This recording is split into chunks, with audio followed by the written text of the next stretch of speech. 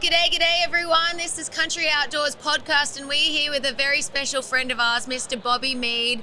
Had the pleasure of meeting Bobby last year when we attended the Swamp Fox chapter NWTF down in Charleston. Mr. Bobby actually started that up, and he can tell us all about that story. But we are here. It's the NWTF Convention 2022. Record attendance this year. It has been absolutely unbelievable. We're sitting here in front of our Camping World Bottomland wrap camper because everything's better in Bottomland. And we're going to give you a little bit of a story on Bobby's first turkey hunt and a little bit more about how he got into hunting and his history with the NWTF. Welcome, Mr. Bobby. Welcome. Thank you, Zach. So he's out of Monk's Corner, South Carolina. Your whole life, born and raised, correct? I was in the swamp all my life. So the Swamp Fox chapter, before we get into the earlier stuff, when did you start that? Well, in 1984, Rob Keck and Carl Brown came to me one day. We were hunting turkeys, and he walked over to me and said, I want you to have a turkey banquet for us. And I said, okay, that's not a problem. Yeah, I'll do that. He says, okay. So about a week later, I called him and said, where's my package? He said, there isn't any package. This is the first one in the nation that we've ever had. And I said, what? Well, I had a bag phone at the time, and of course, my daddy, I was a forester, and he didn't like the idea of me having a bag phone, but anyway, after about 2 months and about $3,000 with phone calls, I found enough artwork and stuff to have a banquet. So that's how we had our first banquet down in Monk's Corner, a little old place called the Berkeley Restaurant and Motel. And that was the first banquet in the NWTF ever. Yep. Oh. And a week later, I think Edgefield had one about a week later after that one, or maybe a month later, and I went to that one. And so we had some good times with it, and it just started progressing since then. Well, we had the honor of coming this last year, and it was incredible. We had a heck of a time there. Yeah. So turkey hunting. Now, we got to duck hunt with Mr. Bobby this fall, and we sat around the fire one night, probably a little too late. And you got to tell me your first turkey story ever, but Mary hadn't heard it yet. Oh, she had, eh? No. And well, I feel like your first turkey's a story that every turkey hunter, they remember it very vividly. Oh, I do. I was like it was yesterday, and I wasn't but 6 years old. But, when I was little, I turned 6 years old. Daddy took me dove hunting a lot. I used to hunt with him, but he put me by myself on my first dove stands, and I started killing my limit with a 410 shotgun, little old Stevens. And I'll never forget the stock would rattle when you put it in your hand. They keep me awake, sometimes when I'm sitting on the deer stand or whatever. But anyway, he came the following spring, and he wanted me to go turkey hunting with him, and I hadn't been turkey hunting before. And he went all the time, called his natural voice, it's like I do now, and I kind of watched him that day, calling with his natural voice, and I said, my God, I can't get into this. And that turkey just, he's just hammering, and I'm sitting there listening to this thing coming and drumming, coming out, and he's coming on down, and I'm saying, he said, get down on the ground. Well, it didn't have much camouflage then. We always laid on our stomach, and then when the turkey came and gunshot, he'd walk right up to you, because he was looking over the top of you, would shoot and kill it. Well, that day, came to the right side, and I told Daddy take him, and he took him, and after that I was just hooked on turkey hunting. And then about a week later, he says, your spring break's coming. I was in first grade. He said, I'm gonna take you to the sawmill, and I said, I'm gonna buy you a box call. I didn't know he was babysitting because Mama wanted to do something else apparently. So anyway, we stopped and got a Lynch box call the day before from a place called Ford Hardware in Monk's Corner. It was like in 62, 63. And anyway, he one of the first lynches that came out. They still had to get the dust off of it. And I was practicing with it that afternoon. So the next morning we got out there, and he says, all right, and I want you to take this 410, and I want you to go down to the first intersection. And once you go any farther, see that middle just wow, and cut into wow. I said, okay. So I get my 410, and I go to the first intersection. And he gave me 4 shells. That's all he gave me. When I got to the first intersection, I couldn't hear anything. If a turkey gobbled, you couldn't hear it from the sawmill. So I said, I'm going to the second intersection, which is about 2 miles away. So I finally get there, and I look down on the ground, I see all these wild dog tracks, and saw all these turkey tracks, and I watched and saw the strut marks in the middle of the intersection. I said, well, I'm going to sit right here, So I got on the left side, and it was perfect. It was a clay curve in the road. I sat down and put my elbows down, and I opened up the gun and put my shell in, and I slammed it, and he gobbled with the sound of the slam of the gun behind me. I said, I think I heard a turkey. I said, no, how old are you? How old are you at this? I was 6. And so I'm sitting there, and I got the box call, and when I picked it up, it went, he gobbled again. I said, that is a turkey. So He just a coming in, I said, that's a turkey, So I put the box call down, I cocked that hammer on that little Stevens, and before I could turn around and go, he comes running around the corner of that road and struts right where those strut marks were. Well, I was right there on top of it, and I pulled up and shot. And when I shot, he rolled. And I jumped up and I said, man, I got a turkey. So I started to run back to get my daddy, and I looked down and saw those dog tracks. I said, nah, I got to stay with this turkey, and I can't tote it. I didn't weigh 50 pounds. The turkey weighed 20. Yeah. And I said, so, what am I going to do with this turkey? Well, I looked down, I had those tall leather boots with those big straps on it. And I did all the straps on my boots, and each one of them had about 3-foot strap on it, shoestring. So I took the shoestrings off and I tied them together, and I drug that turkey up, and there was a dogwood tree. It was hooked over right behind me. I said, well, I can climb that dogwood tree. And so I put the turkey under me, tied a knot around his neck, climbed that dogwood tree, and I got up in about the middle of it. I just jumped off and I held onto the string. As I went down, that turkey went up. That's so cool. Yeah, and I tied it off and I went to run. Well, I couldn't run because I had no shoestring. So I but it's like 30, it was like 40 degrees. It was cold.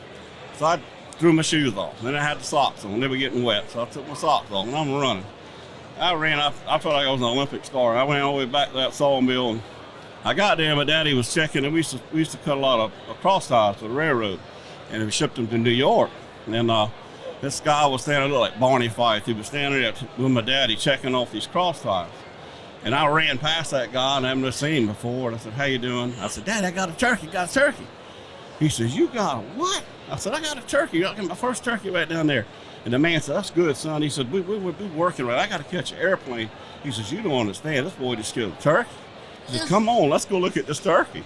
Well, that guy gets in the back seat, and we forgot about him, We go down there, we get this turkey out the tree. Of course, he was mad because I went to the second intersection. But anyway. Don't tell Mom. Yeah, don't tell Mom. So I got the turkey, we put it in the trunk. And next thing you know, we go out the back gate of the plantation, and we head to Moncks Corner to a little place that we buy our luncheon meat from and all. And back then, there wasn't any grocery stores and all. You just bought something, they put a piece of paper over the scales, and you weighed it. Well, I went to Mr. Metz's grocery. I said, can I weigh my turkey in here? He said, sure, man. Back then, nobody killed turkeys hardly because there wasn't many turkeys just on the river system. He weighed it on that piece of white paper, and it weighed right at 19 pounds. And then we threw it in the back and started to Charleston to show Mama and everybody. And this man's still in the back seat of the car. Oh, my gosh. And I'm thinking, finally we looked back and we said, oh, my God, he's got to catch a plane at 4 o'clock. And so my eyes water. But anyway, Daddy says, you want to go to the airport? He said, no, man, you people live life different here. He said, y'all just do one whenever you want to do. In New York, you got to get it done right then. He said, I like this. He said, I'm going to watch. So we roll around, showed everybody his turkey, cleaned it. And that man stayed with us like 2 weeks. Mama said, when is this man ever going to leave?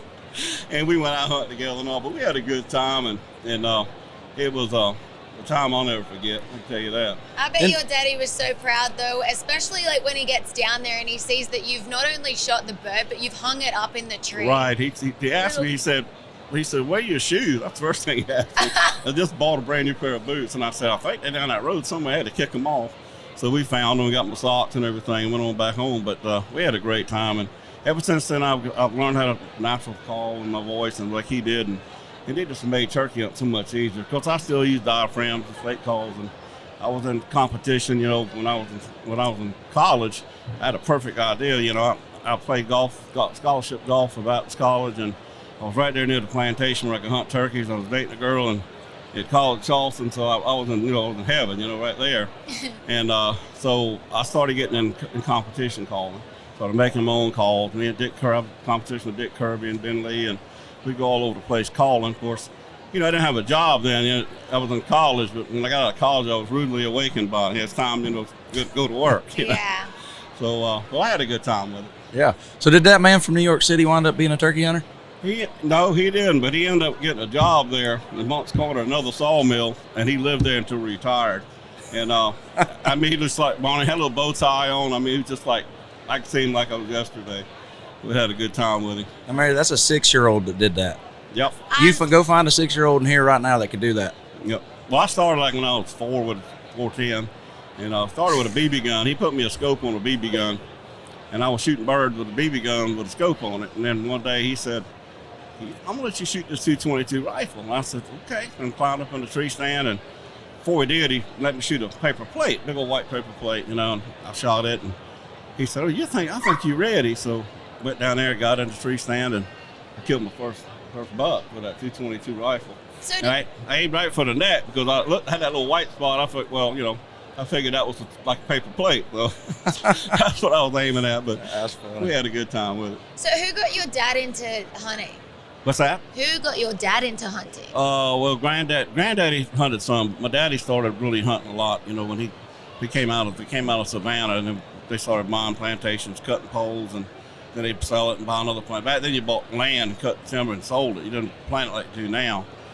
Thank God they kept my place after the third time they sold it, for duck hunters, to entertain duck hunters that would come down to buy poles from us. And of course, it's a great duck hunting area, and I love living there. I've been there ever since I was born. But I know every inch of that place. Been lost a lot too. Yeah, yeah. Listen for the highway. Yeah, that's right. So we're coming into turkey season now, and in terms of like your place down there, what do you do to manage it throughout the year so that you have a good population? Well, we plant a lot of food plots, a lot of chufas. I think we got 102 acres of chufa plots scattered in the low country down there on different places, and plant a lot of oats and a lot of wheat for the deer and the turkeys, and of course during deer season, we have deer feeders out and stuff like that. But the turkeys they're making a real good comeback now. But for a while there, they weren't hatching out real well because down there after Hurricane Hugo came, they made a lot of skidder ruts, and then the rains would come in the spring and they would flood the skidder ruts, and then what would happen? The hens would hatch off and they jump over the skidder ruts, so the little ones would fall down in that water and they just drown, or they get hypothermia because it'd be cool, it'd be June. And so we lost a lot of hatches like 5 years in a row, and then the last 2 years we started getting back, and we got a lot of birds again now. But I was worried about them for a while. The hens don't live it so long. Yeah. And if they don't hurry up and hatch out, I've seen 1 or 2 years of bad hatches, but not 5 years in a row. And it would happen. It was like that statewide. It was pretty tough, but it's coming back now.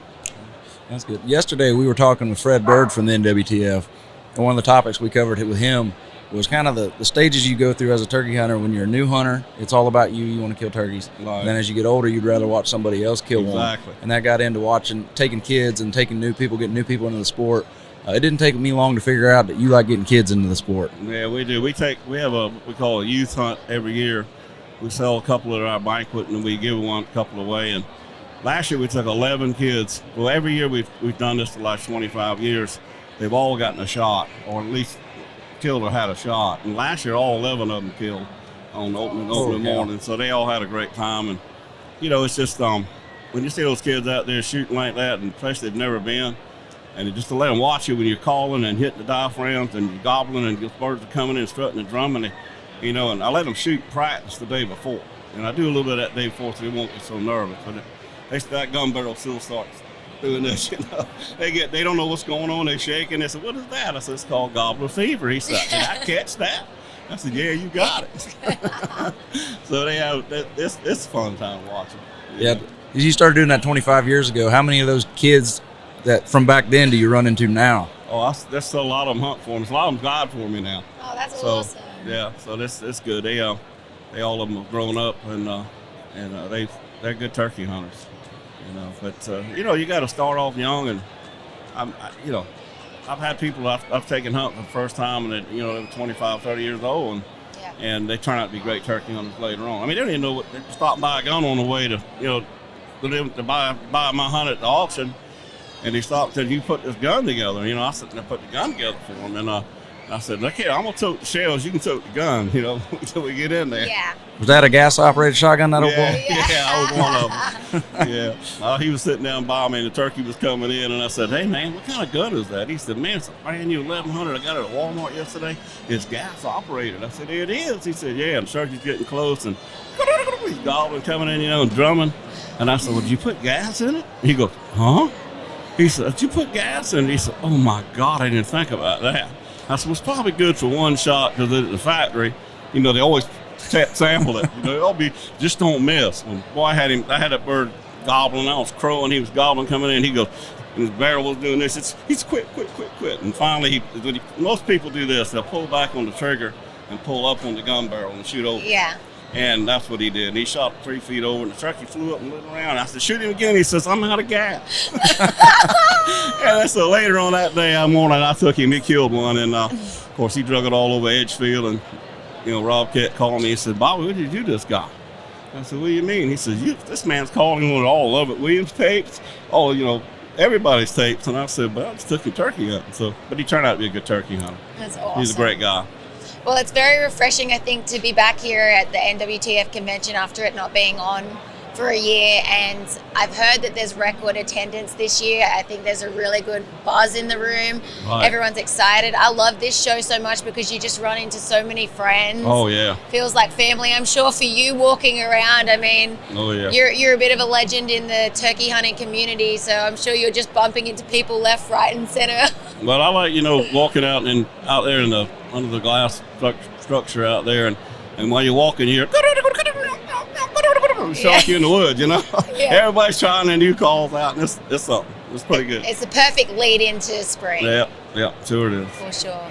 Well, we've loved having you on the podcast, Bobby. Oh, thank you for having me on it. Absolutely, and we look forward to catching up with you in the woods again. All right. Later. We'll do it. Thank you. Thank you, Mr. Bobby.